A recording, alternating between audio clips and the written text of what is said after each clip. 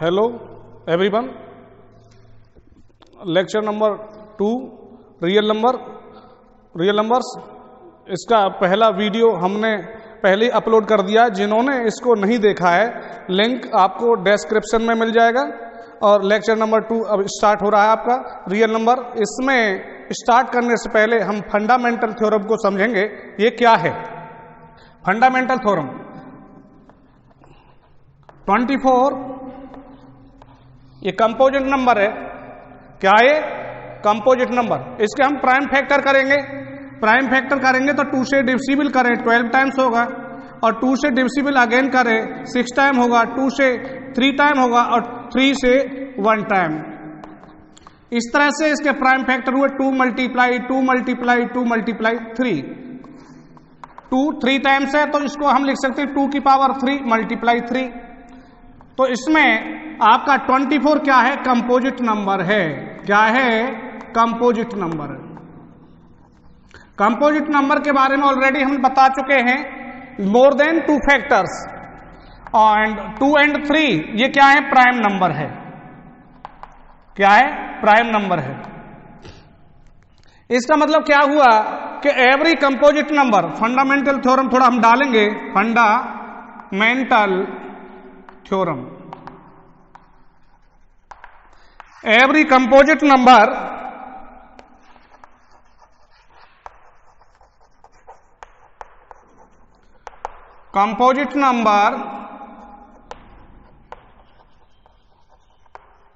can be expressed into the product of primes। Product of primes. जैसा कि composite number, प्रत्येक composite number को हम प्राइम नंबर के प्रोडक्ट के फॉर्म में लिख सकते हैं। जैसे हमने 24 को लिख के दिखाया 2 की पावर 3 मल्टीप्लाई 3। 2 और 3 प्राइम नंबर हैं और 24 कंपोजिट नंबर है। इसमें इसके बाद एलसीएम फैक्टर, एलसीएम इसकी शॉर्ट फॉर्म है लीस्ट कॉमन, ये आपकी फुल फॉर्म हुई इसकी least common multiple. Least common multiple, multiple को जानना जरूरी है। मल्टीपल मीन्स होता है, हिंदी में बोलेंगे हम गुणज बोलते हैं इसको। क्या बोलते हैं? गुणज, या दूसरा नाम है इसका अपवर्त्य। किसी भी नंबर के जो मल्टीपल निकलते हैं, मान लीजिए हम 6 के मल्टीपल निकालने हैं तो हम मल्टीप्लाई करके ही प्राप्त करते हैं। 6 1 जा 6, 6 2 जा 12, 6 3 जा 18, 24 जितने भी फाइंड करवाए हम उतने तक ही मल्टीप्लाई करके निकालते हैं। इसी क्रम में एचसीएफ भी आता है। यदि हम कॉमन मल्टीपल निकालेंगे, कॉमन मल्टीपल तब निकलते हैं जब 2 या 2 से अधिक संख्या होती है। मान लीजिए 3 और 4 के हमें कॉमन मल्टीपल निकालें तो इसके मल्टीपल फाइंड करने पड़ेंगे। 3 1 जा 3, 3 2 जा 6, 3 3 जा 9, 3 4 जा 12। इस तरह से 4 1 जा 4, 4 2 जा 12, 4 2 जा 8, 4 3 जा 12, 4 4 जा 16। अब देखते हैं इसमें कॉमन कौन सा मिला हुआ है। कॉमन मिला हुआ है 12 मिला हुआ है। ये 3 के मल्टीपल में भी है, 4 के मल्टीपल में भी है। तो इस तरह से कॉमन मल्टीपल 12 हुआ। यदि आपके इससे अधिक और ज्यादा मल्टीपल निकलवाए तो हम कॉमन मल्टीपल निकलवाए तो हम टेबल पढ़ सकते हैं। पहला होगा इसका कॉमन मल्टीपल में 12, अगला होगा 24 हो जाएगा, 12 2 जा 12 3 जा, जितने भी निकलवाए इस तरह से हम कर सकते हैं। लीस्ट कॉमन मल्टीपल तो फाइंड करेंगे तो लीस्ट कॉमन जो मल्टीपल है इसको फाइंड करने के भी कई तरीके हैं। लीस्ट कॉमन मल्टीपल एक डिवीजन मेथड है। मान लीजिए 4 और 6 का ही हमें एलसीएम लेना है तो डिवीजन मेथड से हम कर सकते हैं। 2 से इसको डिवाइड करेंगे 2 टाइम्स, और 2 से इसे 3 टाइम, 2 से 1 टाइम, और जो कैंसिल नहीं होता उसको सेम उतार लेते हैं। 3 से अगेन करेंगे 1 1 आ जाएगा। इनकी मल्टीप्लाई करते हैं फैक्टर्स की, 2 मल्टीप्लाई 3, 3 2 जा 6, 2 जा 12। ये स्मॉलेस्ट नंबर है। लीस्ट का मतलब सबसे छोटी से छोटी ऐसी संख्या है जो इन दोनों से डिवाइड हो जाती है। हम 24 लेंगे तो 24 नहीं होगा। तो इसका एक तो वे ये है कि प्राइम फैक्टर के माध्यम से भी हम कर सकते हैं, जैसे 4 के हम फैक्टर करें टू मल्टीप्लाई, इसको हम 2 की पावर 2 लिख सकते हैं। एंड 3 को ओनली 3 लिखेंगे। इसमें क्या कहते हैं, जैसे भाई दावतें होती हैं, उसका मतलब क्या है, उसमें सब झरा एक होता चूल्हे नौत, एक रहता है इखेरा। तो इसमें क्या है, सभी को चूल्हे नौत कहते हैं, सभी संख्या को लेना है, 3 को भी लेना है और 2 की पावर 2 को भी लेना है। तो क्या हो जाए, 2 की पावर 2 का मतलब 4 हुआ, 4 3 या 12। इस तरह से प्राइम फैक्टर के माध्यम से भी हम क्या कर सकते हैं, एलसीएम ले सकते हैं। नेक्स्ट एक मेथड और है आपका, एक मल्टीपल से है। मल्टीपल जब हम लेंगे, अभी आपको हमने बताया 3 का और 4 के मल्टीपल लिखेंगे। 3 1 जा 3, 3 2 जा 6, 3 3 जा 9, 3 4 जा 12 एंड सो ऑन। 4 1 जा 4, 4 2 जा 8, 4 3 जा 12, 4 4 जा 16। तो इसमें फर्स्ट ऑफ ऑल लीस्ट जो मल्टीपल होता है वही एलसीएम होता है। इसमें दोनों में मिला हुआ मल्टीपल है वो 12 है। इस तरह से 3 और 4 का एलसीएम आपका कितना आएगा, 12 ही आएगा। नेक्स्ट मेथड एक और है, मान लीजिए हमें 6 एंड 8 है, इसका हमें क्या लेना है, मल्टीपल एलसीएम लेना है। तो मैं ये बता रहा हूं आपको किस तरह से हम ओरली भी ले सकते हैं। 6 और 8। फर्स्ट ऑफ ऑल हम देखते हैं, चूज करते हैं कि इसमें ग्रेटर संख्या कौन सी, 8 आ रहा है। 6 से डिवाइड करके देखते हैं तो 6 से 8 डिवाइड नहीं होता, इसका डबल करते हैं। भाई जिसका हम डबल करेंगे, ट्रिपल करेंगे, उससे तो ऑलरेडी वो कैंसिल होगी, लेकिन जो अदर नंबर्स हैं उनसे भी डिवाइड करके देखते हैं कंप्लीटली डिवाइड हो रहा है कि नहीं हो रहा है। 6 से 16 डिवाइड नहीं हो रहा है तो इसको क्या करेंगे, फिर ट्रिपल करेंगे, 24 आएगा, जिससे ये भी इससे भी डिवाइड हो जाती है और 8 से भी डिवाइड हो जाएगी। इस तरह से 6 और 8 का एलसीएम 24 आएगा। हम ओरली इस तरह से हम कर सकते हैं। इसके बाद में एचसीएफ लेंगे हम, हाईएस्ट कॉमन फैक्टर इसको बोलते हैं, हाईएस्ट कॉमन फैक्टर। शॉर्ट में इसको दूसरा नाम क्या है, जीसीडी भी है, जीसीडी एस हाईएस्ट कॉमन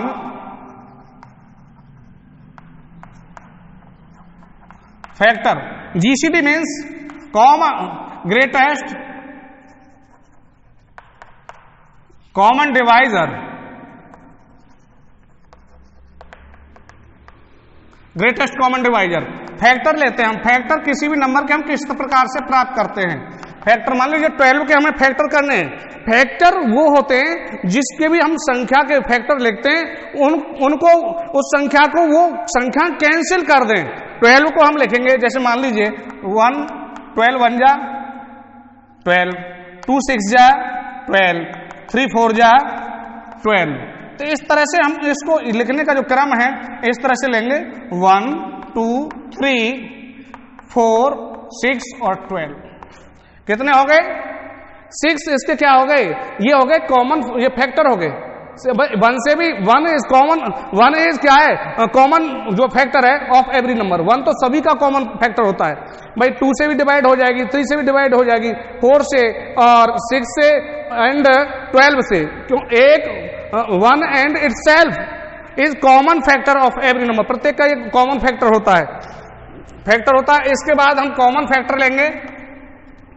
ये अभी हमने फैक्टर करके बताया आपको कॉमन फैक्टर मान लीजिए 4 के और 6 के हमें जो कॉमन फैक्टर लेना है वो संख्याएं हमें सेलेक्ट करनी है जिनसे इनको डिवाइड किया जा सके। 4 के करेंगे 1 × 4 और 2 × 2, इस तरह से 1 2 4 इसके कॉमन फैक्टर हुए। 6 के लेंगे 1 × 6, 6 1 जा 6 और 2 × 3 और 2 3 जा 6। Common factor 1 2 3 6।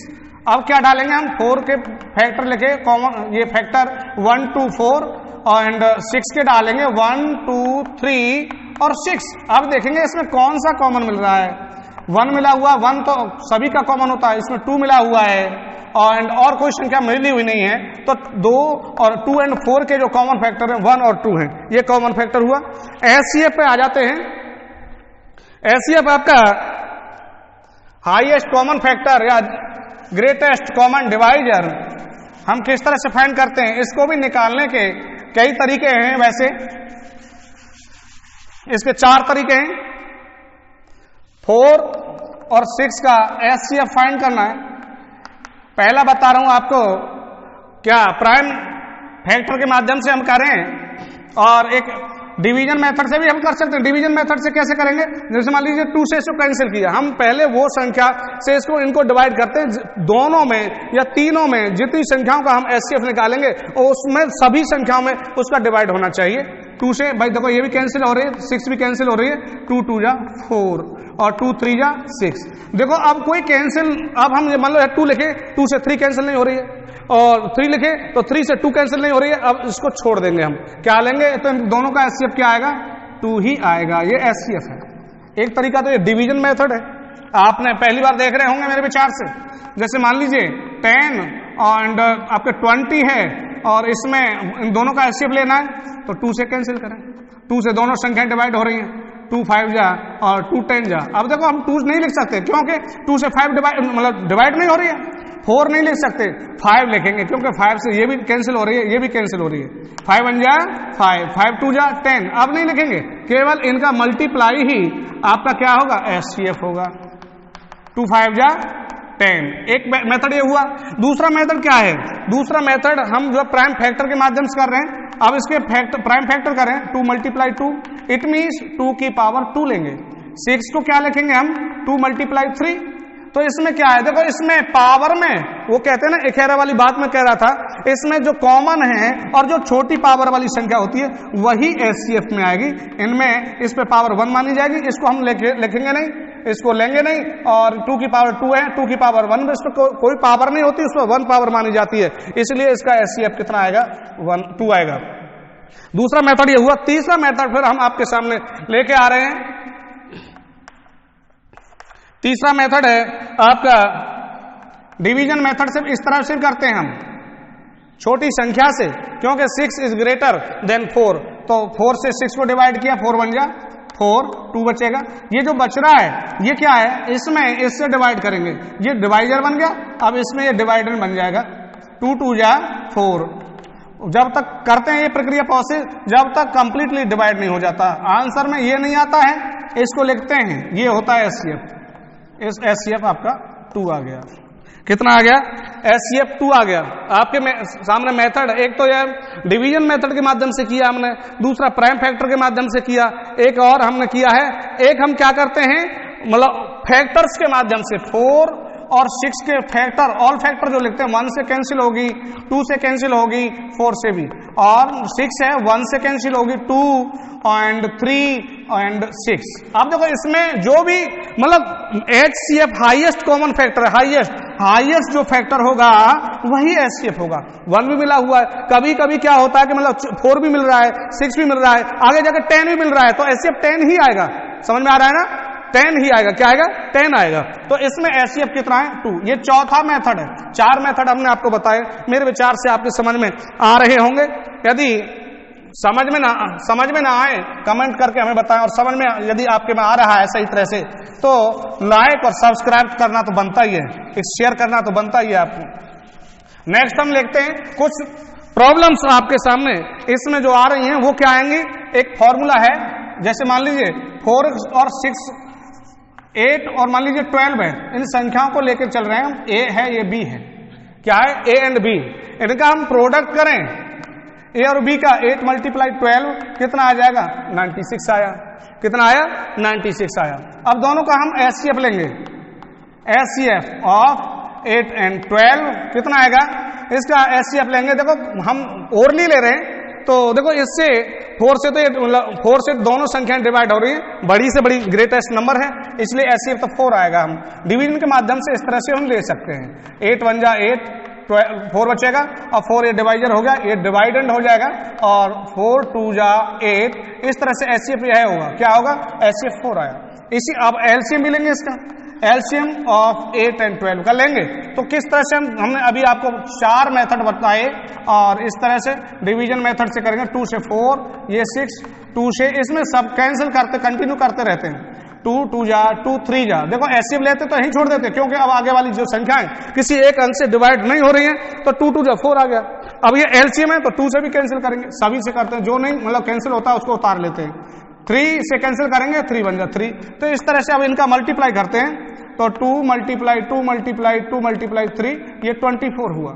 कितना हुआ 24। अब एक रिजल्ट निकल के आ रहा है आपके सामने, हमने ए और बी की मल्टीप्लाई की 96 आया।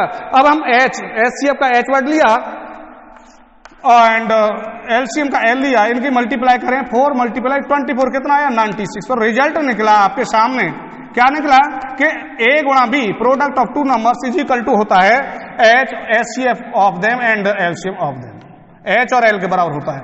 यदि हम ए निकालेंगे तो एच मल्टीप्लाई एल में बी से डिवाइड करेंगे, बी निकालेंगे एच मल्टीप्लाई एल में ए से डिवाइड करेंगे, एच निकालेंगे तो अब क्या है एल से डिवाइड करेंगे, A multiply L and L निकालेंगे ए मल्टीप्लाई बी अपॉन एच। इस तरह से सारे फॉर्मूला इसी एक फॉर्मूला से ही हमें मिल जाते हैं। मेरे विचार से ऑल स्टूडेंट्स क्लियरली समझ रहे होंगे, समझ में आ रहा होगा। इसके बाद में हम आपको ये बताएंगे कि किस तरह से हम जो है किसी नंबर को इर्रेशनल नंबर किस तरह से प्रूव करते हैं कि इर्रेशनल नंबर है। अभी यही क्रम आपके इसमें आने वाला है।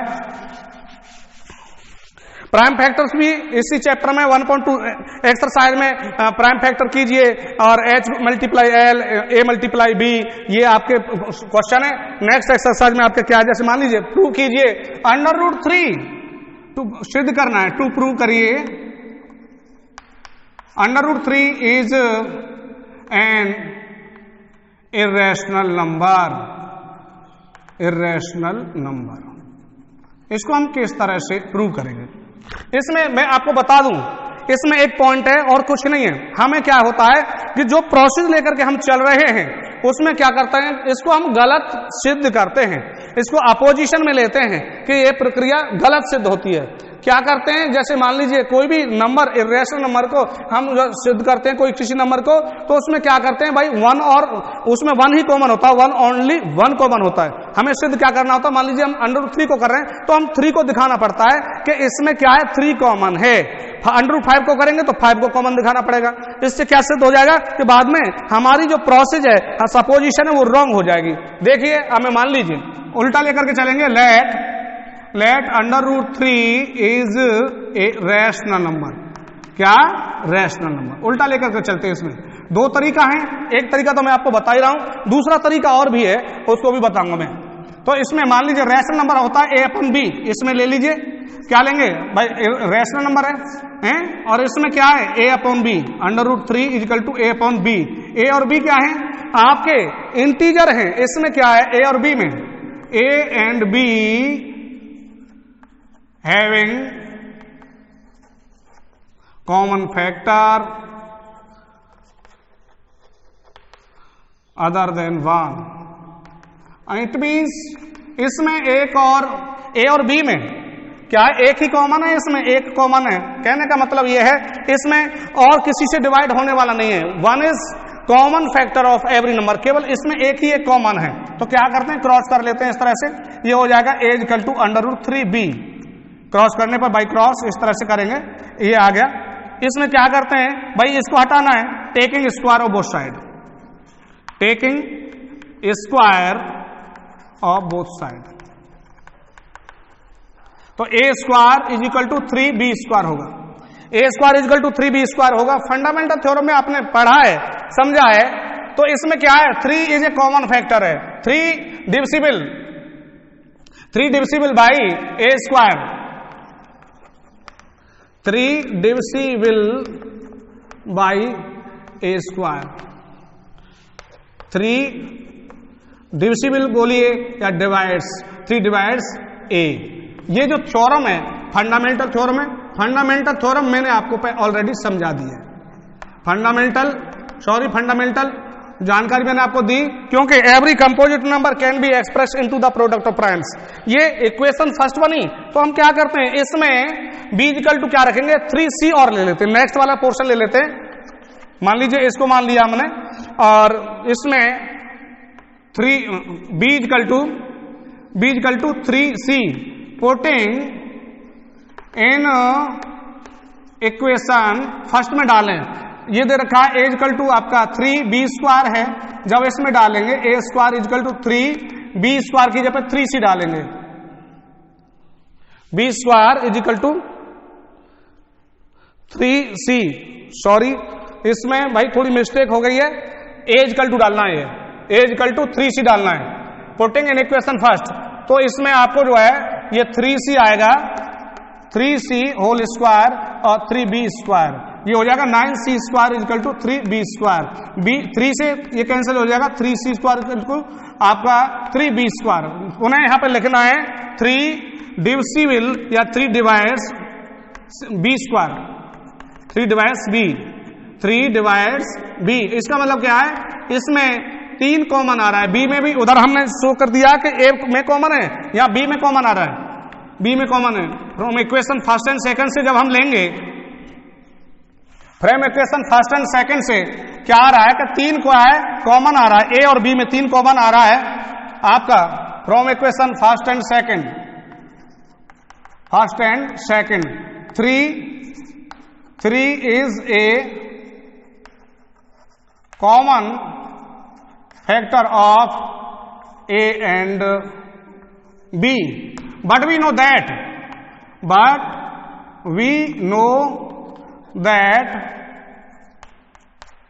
one is only common factor of A and B. So our supposition is wrong. Our supposition is wrong. हमारे यहाँ पे प्रोसेस गलत हो जाती है। हमें यह पहले आपको बता दिया कि हमें इस प्रक्रिया को गलत सिद्ध करना पड़ता है। जब इसमें 3 कॉमन आ रहा है और हम पहले लिख रहे हैं कि इसमें एक ही कॉमन है, तो हमारी क्या प्रोसेस क्या होगी, गलत सिद्ध हो जाती है। जब गलत सिद्ध हो जाती है तो हम लिखते हैं क्या, √3 इज इरेशनल नॉट रैशनल। ये यहां पर जो प्रूव हो जाती है। दूसरा क्वेश्चन हम जो एक और लेकर के चलेंगे, इस तरह के क्वेश्चन 3-4 हैं आपकी एक्सरसाइज में। दूसरा क्वेश्चन और लेकर के चलेंगे, कौन सा, मान लीजिए कभी कभी रैशनल और इर्रेशनल दोनों मिलकर के इर्रेशनल बन जाती हैं, तो उसको हम किस तरह से प्रूव करेंगे। जैसे 3 + √2 है, 3 + √2 है, इसको इर्रेशनल किस तरह से प्रूव करना है, इसका बहुत शॉर्ट आपको मेथड में बता रहा हूं। 3 + 2 प्रूव 3 + √2 इज इर्रेशनल। इसमें क्या करना है, हम जानते हैं, मतलब रैशनल नंबर की डेफिनेशन, कोई भी रैशनल को जब हम प्रूव करते हैं कि इर्रेशनल है जी, तो उसको क्या उल्टा लेकर के चलते हैं, क्या है ये रैशनल है। लेट 3 + √2 इज रैशनल, क्या लेकर के चलेंगे, रैशनल ही लेकर के चलेंगे। जब ये हमने रैशनल मान लिया तो रैशनल में क्या करते हैं, इसको खत्म करना है। जो आपके जो होल नंबर है, आपके जो है नेचुरल नंबर, इसको खत्म करना है। इसका मतलब क्या हुआ कि इसमें से √2 में से इसी को घटाना है, जब ये कैंसिल होगा। क्यों, ये जब रैशनल है और 3 भी रैशनल है, क्योंकि रैशनल होती है P/Q, 3/1 भी लिख सकते हैं। रैशनल में से रैशनल को घटाया जा रहा है, रिजल्ट निकल के आ रहा है √2 आया। तो देखो इसमें जो 3 से 3 कैंसिल हो जाएगा। जब ये क्या है, इज ऑल्सो रैशनल। क्यों रैशनल हो रहा है, ये इसलिए रैशनल हो रहा है, the difference between 2 rational is rational. भाई रैशनलों में आपस में जो डिफरेंस होता है, क्यों क्या होता है, रैशनल ही होता है, क्योंकि ये अंडर क्लोजर प्रॉपर्टी में ये सब्ट्रैक्शन का रूल भी अदा करते हैं। इसलिए √2 जो निकल के आया, तो फिर क्या आइए, इज ऑल्सो रैशनल। ऑलरेडी हम आपको √3 को करवा सकते हैं, करवा चुके हैं, क्योंकि स्क्वायर रूट इसका निकल नहीं रहा है। तो क्या है, √2, वी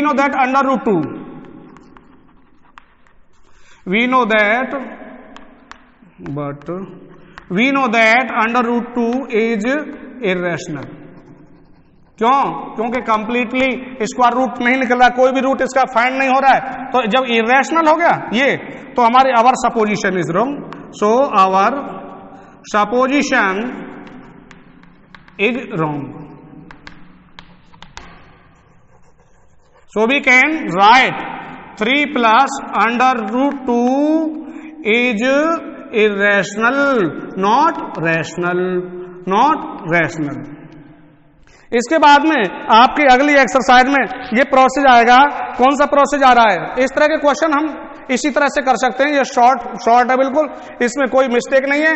देखिए इसके बाद हम क्या करेंगे, टर्मिनेटिंग, नॉन टर्मिनेटिंग, इरेशनल जो नंबर होती है, non terminating and repeating, non recurring. Non terminating, repeating without long division के माध्यम से, बिना भाग दिए ही हम किसी संख्या को किस तरह से डेसिमल में कन्वर्ट कर सकते हैं, ये आपके नेक्स्ट वीडियो में आपको जो है ये डिस्कस किया जाएगा। तब तक के लिए thank you and have a nice day.